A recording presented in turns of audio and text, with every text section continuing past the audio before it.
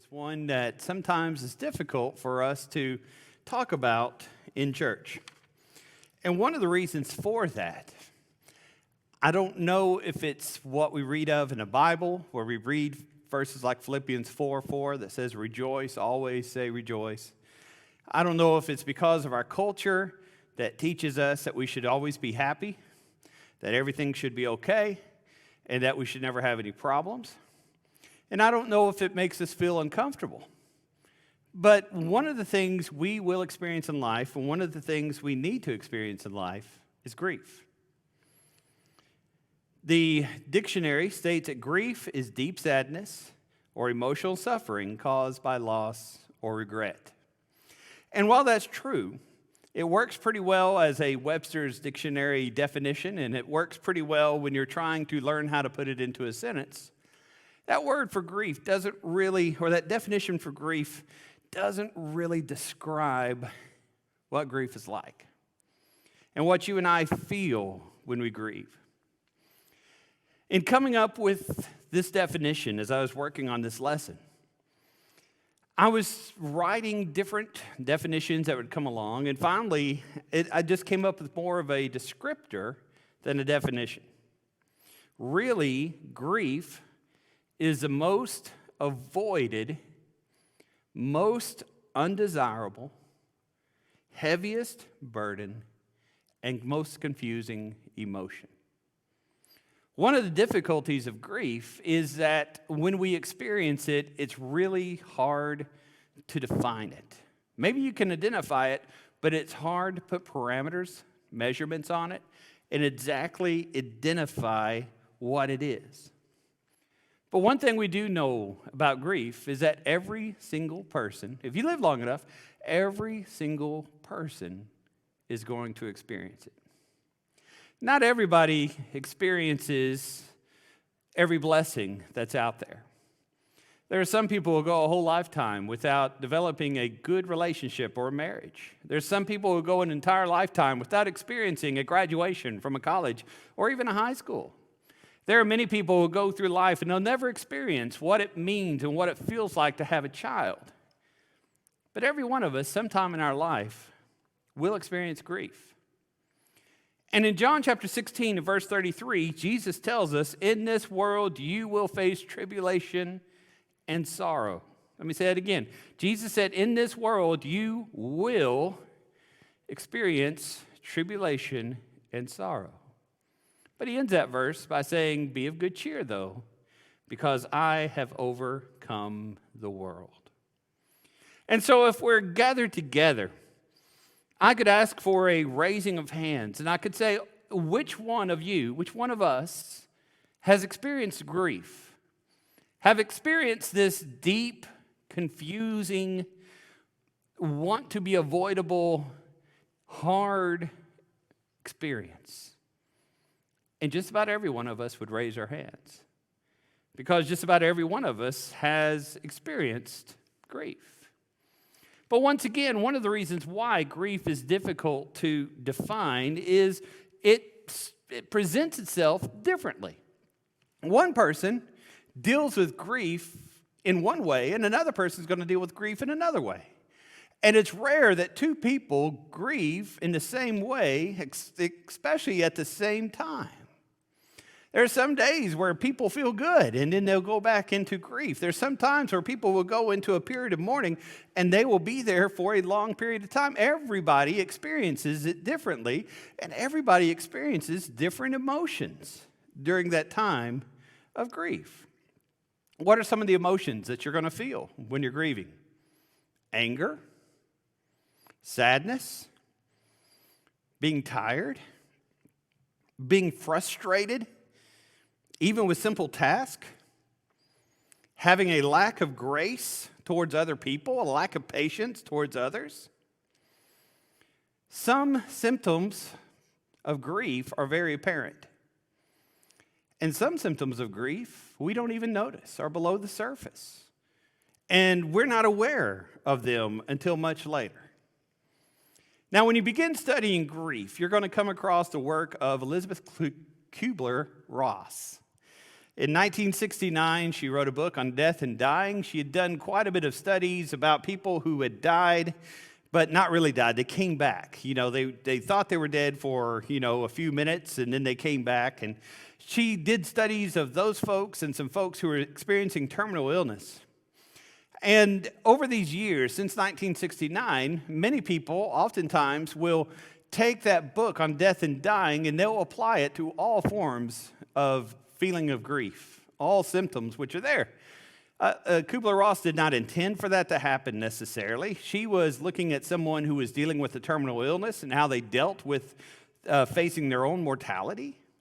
But in many ways, it's a good starting point for us to discuss what it is we go through when we grieve. What are the 5 steps that Kubler-Ross established? First, when a person receives a diagnosis, when a person first sees this, there's shock, there's denial. That can't be me. This can't be real. This can't be something that is going to happen to me. There's got to be a mistake somewhere. There's got to be something that's wrong because this is not happening. Step number 2, after that denial, is anger. Why is this happening? Why would God do this to me? Why is this being allowed to happen? Step number 3 is the bargaining phase or the guilt phase, where we begin to bargain. Lord, if you'll take this disease away, I will do this and this and this. Maybe if I do this and this and this, maybe that will go away. Maybe if I'd eaten better, maybe if I'd exercised more, I wouldn't have this diagnosis which is here. The 4th step is depression or sorrow, where we grieve ourselves and we grieve what's coming. And the 5th step is acceptance, maybe stability, not necessarily happiness, but a peace with what it is that we're enduring. Now, those 5 steps, shock, anger, bargaining, depression, and acceptance, work pretty well as an outline. But once again, very few people will go through and hit all 5 of those steps in that order. Most people will hit about 2 of those steps, maybe 3 of those steps. And some people will spend more time on 1 step or 2 steps than they will all the others. But it's a good method to begin our discussion about grief. And so I want us to talk about 3 points tonight as we talk about grief and about dealing with grief. The first thing I want us to notice is this: I should grieve. That sounds simplistic, doesn't it? But perhaps this is the hardest step of all the 3 that we'll talk about. I should grieve. Once again, going back to our culture, going back to our comfortability, it's required, it's expected for us to be fine. When you and I walk up and down the halls of the church building and we see somebody and we say, hey, how are you? If that person actually tells us how they're doing, sometimes that's uncomfortable because socially we expect them to say that 4-letter word. Fine, I'm fine. Even if our world's falling apart, even if we don't have any answers for what we're going through, even if we feel dejected, even if we feel totally lost, you're expected by our culture to say that you're fine. But what we see as we look in the Bible is grief should be done. Now, our funeral traditions help us with this. Sometimes I wonder what we're thinking with funerals because we'll have a visitation and we'll have a person which stands by the casket of their loved one that they've just lost maybe a day or 2 ago, and they have to stand there for an hour or 2 hours or 4 hours shaking the hands and greeting and meeting all the people who come through to express their condolences. Sometimes that's a marathon, and always that's absolutely exhausting. It's good that we have a tradition of funerals where we get together and we discuss the life of the person who has just passed. And many times we'll cover many of the funny things and the great stories. We'll reminisce about pictures and memories which are there. And that's good because it gives us a socially acceptable outlet to grieve. But sometimes in our culture, in our time, we really want to speed that up. And while it's unsaid, many people expect, as soon as you have that visitation, as soon as you have that funeral, things go back to normal. People usually don't still bring over food. People usually don't still call necessarily.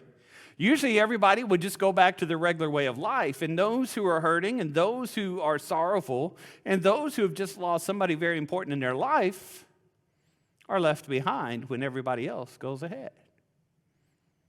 Now we read in our Bibles that there should be a time to grieve.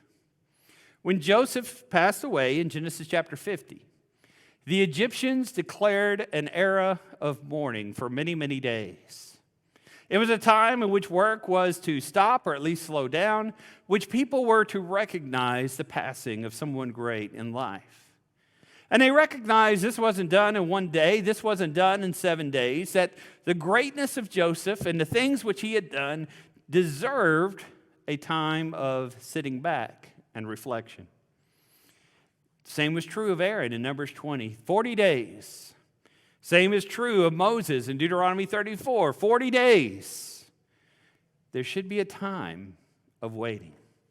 In 1 Samuel chapter 1, we read about Saul, and we see that when Saul and Jonathan were put to death, when they died, when they were killed by the Philistines and themselves, David declared an era of mourning.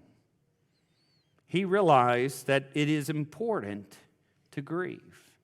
But as we think of this idea of grieving and the fact that we should grieve, let's talk about some of the ways or some of the things we should do as we grieve. 4 things I want us to look at. Number 1, in seasons of grief in your life, be attentive to time. Focus on time. Don't expect all these feelings that you're going to feel to happen in one day or even 1 week. Don't expect to go through a process of grieving over a few days and then for things to be normal. Recognize it will take time for you to deal with what it is you're dealing with. The grief that you'll feel is in proportion to the closeness of the relationship you have.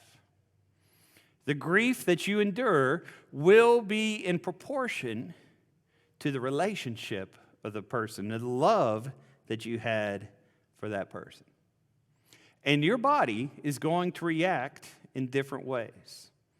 Sometimes as we deal with grief, much of it has to do with the mind, as tears flow forth, as we have memories, as we feel a sense of loss, as we feel a sense of emptiness. But that's not the only way that the body deals with grief, and we need to be attentive to that. Many times our bodies deal with grief, not only mentally, but physically. In our digestive system, in our muscular and nervous system, in the things that we're able to do, in the endurance our body is able to have. And so the first thing is to be attentive to time and realize it will take time for us to recover, for us to work through the things that are going on in our life. The second thing, beyond being attentive to time, is we need to be present mentally. And what I mean by that is we need to focus on what we're feeling. Examine yourself, examine your body, examine your mentality, and identify what is it that's happening. When you're short with other people, when you don't have grace and patience towards other folks, when you find yourself being angry, when you see that you're making decisions that are not the best decisions, recognize that grief is playing a part in what's going on there.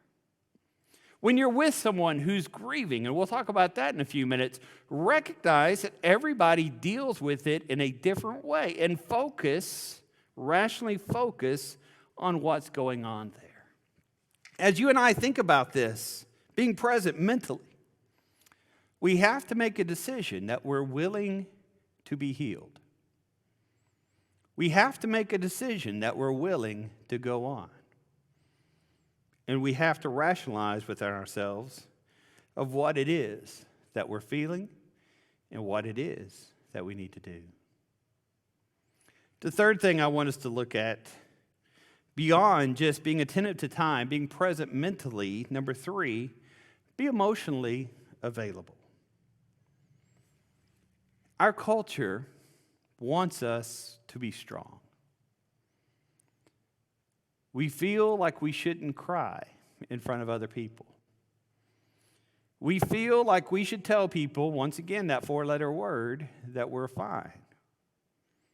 We feel like if we're truly a Christian, if we truly had faith, then we would never struggle.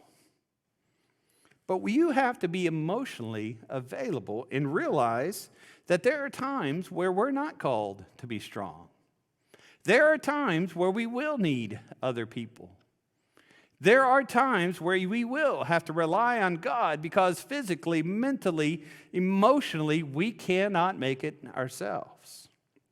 Our body needs to be allowed to grieve and needs to be allowed to react. Sometimes when people are grieving, they need more than just 6 or 8 hours of sleep. Sometimes they'll sleep 10, 14 hours a day. Sometimes people will eat more. Many times people will eat much less. Sometimes people will have an adrenaline rush and do many, many things and be very, very busy. And sometimes they won't find themselves doing anything all day. That's okay. We have to allow our bodies to adjust and our bodies to be okay. The fourth thing, I think the most important, beyond being attentive to time, beyond this idea of being present mentally and emotionally available, is this: we must be spiritually engaged. In the Bible, when you read about the passing of Joseph and Aaron and Moses and Saul, you see that the people would fast. Now, this is not done by command in the New Testament. But there are many times where those who are enduring great struggle and those enduring great grief will abstain from food. Many times they've lost their appetite. Many times they don't really want to eat. But as we are engaging through grief, you need to work spiritually and have discussions with God. Explore God's purpose and God's presence in your life. Spend time in prayer to God. Sometimes it may be arguing with God. Sometimes it may be a lament to God. Sometimes it may be anger at God. But spiritually, you need time with God. Spend time alone and in prayer. Spend time reading Psalm 23. Spend time reading the book of Habakkuk. Spend time reading John 16. Spend time looking at 1 Corinthians 13. Spend time reading Revelation chapter 19. Find those passages, find those writings in Scripture that give comfort, that show the presence and the power of God, and find a way to engage spiritually. As we think about this idea of I should grieve, let's go a little bit further with it. I should grieve in community. Now, of course, we just discussed our funeral traditions. We're good doing this at first, the first 2 or 3 days. As we have the visitation, as we have the funeral and things such as that, I don't know if we're as good longer term, though. Because many of us feel uncomfortable with grief. And we feel uncomfortable being around people who may have questions about spiritual things, who may have questions and may have anger with God and may not know what their next step's going to be. Sometimes that makes us uncomfortable. But we need to be there in community. grief does not happen in a moment. It happens in a season. Think, if you will, with me of an illustration. Think of a box. When we first endure grief, that box is small. There will be a ball which will represent the pain that comes from that loss. And say that one side of that box represents the pain that we feel. Every time that ball goes around in that box and hits that wall, it hurts. And for the first week and month and first little while, it hits us pretty often and pretty hard. Now, as time goes on, that ball, I don't think, ever disappears. But the box enlarges. And we still feel hurt. We still feel confusion. We still feel loss. But since the box is bigger, the ball doesn't hit us as hard as often. Maybe eventually the box enlarges to the point to where it hurts primarily on anniversaries and birthdays. It hurts when we see certain chairs in the house or whatever it may be. But it takes a while. It's a season that we endure when we think about grief. And as we endure grief, we need to recognize the importance of community. As Jesus hung on that cross in John chapter 19, he realized the difficulty that there was in going on alone without a loved one. And so as he looked out from the cross, he saw John and he saw his mother. And he, through somewhat poetic language, we would say, said, "John, I need you to take care of my mom. I need you to be there for her." And John was. You see, Jesus saw the need for community in times of grief. We're called to love one another as family. Not only just when it's comfortable, not only just when it's popular, not only just when it's easy, but always. We are to love one another. Now, a passage we always go to when we talk about grief is there in Job chapter 2. When Job lost his children, lost his possessions, lost his reputation, even lost his health. He had 3 friends who came from a far distance. And when they saw his condition, when they saw what he was going through, for 7 days they sat by his side. Now, many times we really speak badly of his friends. And I think sometimes we don't contemplate what his friends were trying to do. Their heart was in the right place. They saw a friend who was hurting, and they thought they knew what that friend needed to do, and they were pushing him to do things he needed to do to find relief. Now, of course, what they thought he needed to do, they thought he must have sinned, and they wanted him to repent. It wasn't correct. Their thoughts weren't correct, but their methods actually were pretty good. But as you and I think about what's happening in Job, we see that the very best thing that they could do was be there. To show support. To show Job that he was loved. To show Job that he mattered. To show Job that other people saw what he was enduring. There is a proverb that says, "A burden that is shared is a burden that is lightened." When one person is working around the farm or around the house and he lifts something that's 100 pounds, that's a lot of work. But when 2 people lift it, it's only 50 pounds apiece. When 4 people lift it, that's only 25 pounds apiece. When 8 people lift it, it's only 12 and a half pounds apiece. And I'm not going to go any further because I'm not that good at math. But the point is this. When people are there to help, it makes the burden lighter. Paul, by the inspiration of the Spirit, puts it this way in Galatians chapter 6 and verse 2, when he says, "Bear one another's burdens, and so fulfill the mind and the law of Christ." What is that law? That law is that we should be there one for another, that we should love one another as brethren. And you and I have a responsibility in the church to be there. Romans 12 and verse 15 tells us to weep with those who weep. Now again, that's not popular in our culture. In our culture, people should always be happy. People should always be easygoing. Life should be wonderful, and we should be that four-letter word, fine. But the Bible tells us, weep with those who weep. Be there for those who are struggling. We must grieve in community. The third point I want us to look at is this. We must, or we should, grieve in community with hope. Grief is one of the greatest teachers that's out there.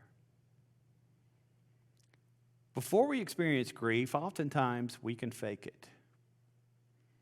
But once we endure grief, it changes who we are. And it teaches us a lot about ourselves and about other people. That grief comes from different periods in our life. Sometimes it's a passing of a loved one. Sometimes it's the ending of a relationship. Sometimes it's a movement through a season in life. But however it is that you have experienced grief, that grief teaches. That grief shapes character.